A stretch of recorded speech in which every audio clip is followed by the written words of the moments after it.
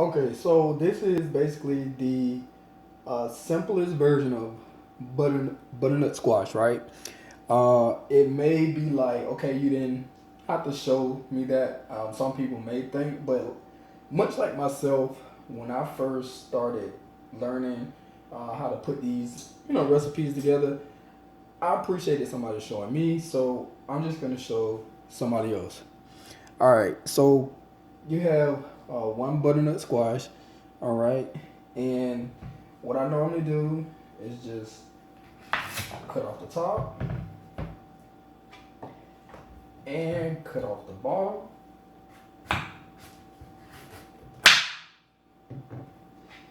and I'll section it into threes. It just make it easier for me to cut it. Then I'll go ahead and what you're gonna do is just stay as close as you can to the outside, and I just go straight down and do that all the way around.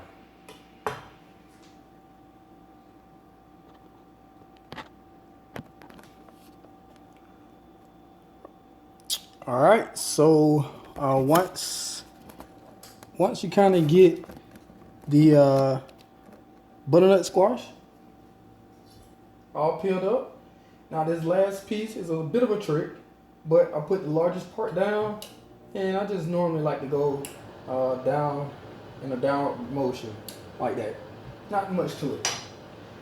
So then, of course, we got the seeds. Maybe consider trying to germinate these one day. But until I learn how to do that, I just pull them out.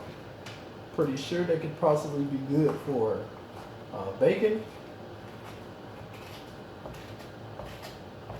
Sometimes this can be a little stubborn, so I just kind of apply a little pressure and just get that inside all out. And there we go. Now, the key thing here that I've learned when cooking butternut squash is to cut them as close as possible, as one size, kind of like all in the same size.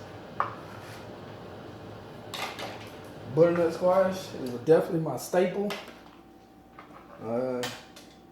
It kind of replaced potatoes and all that stuff for me.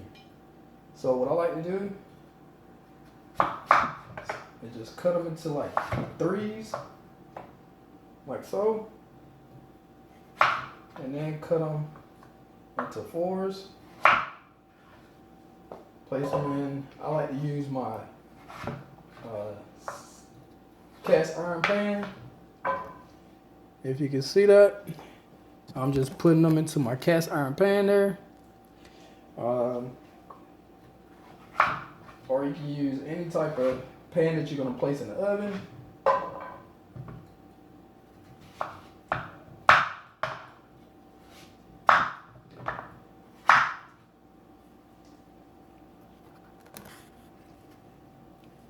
Once these are all good and kind of like in the same size,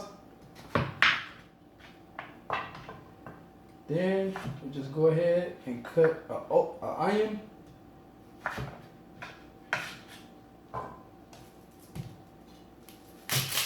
I guess this could be considered as a fairly small size onion.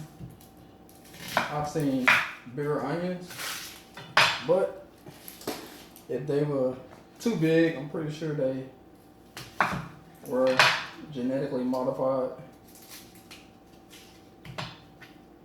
Onions is a fairly easy thing to grow, actually, too. So, in the near future, I'll be growing my own. A key thing here is just to cut the onions almost the same size or a little bigger. So I just cut it once, kind of pull the pieces loose. Sometimes I'll leave two attached so they don't cook too fast.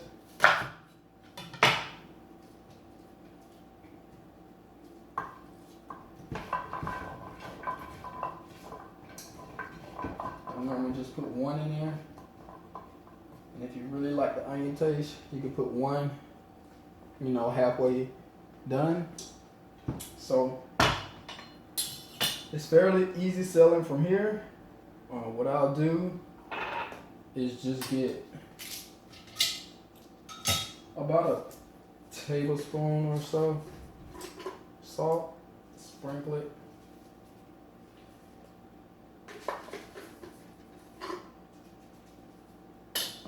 About 2.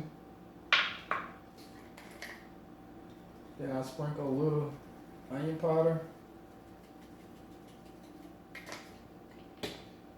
You can also use sweet basil. Sometimes I do that just to give it a little kick.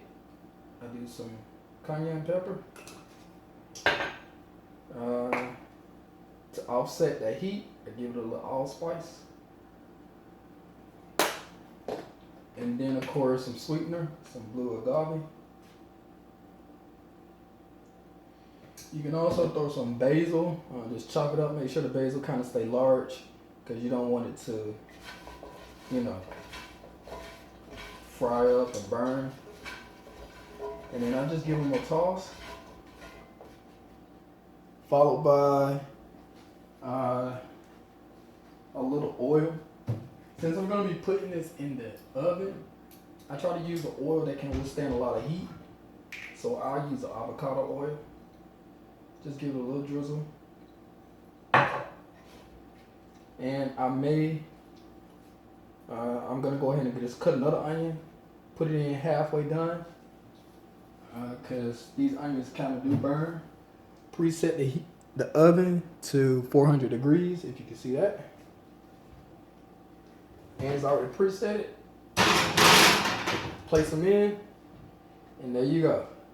Butternut squash served. Hope you enjoyed this recipe, and stay tuned for a little more videos.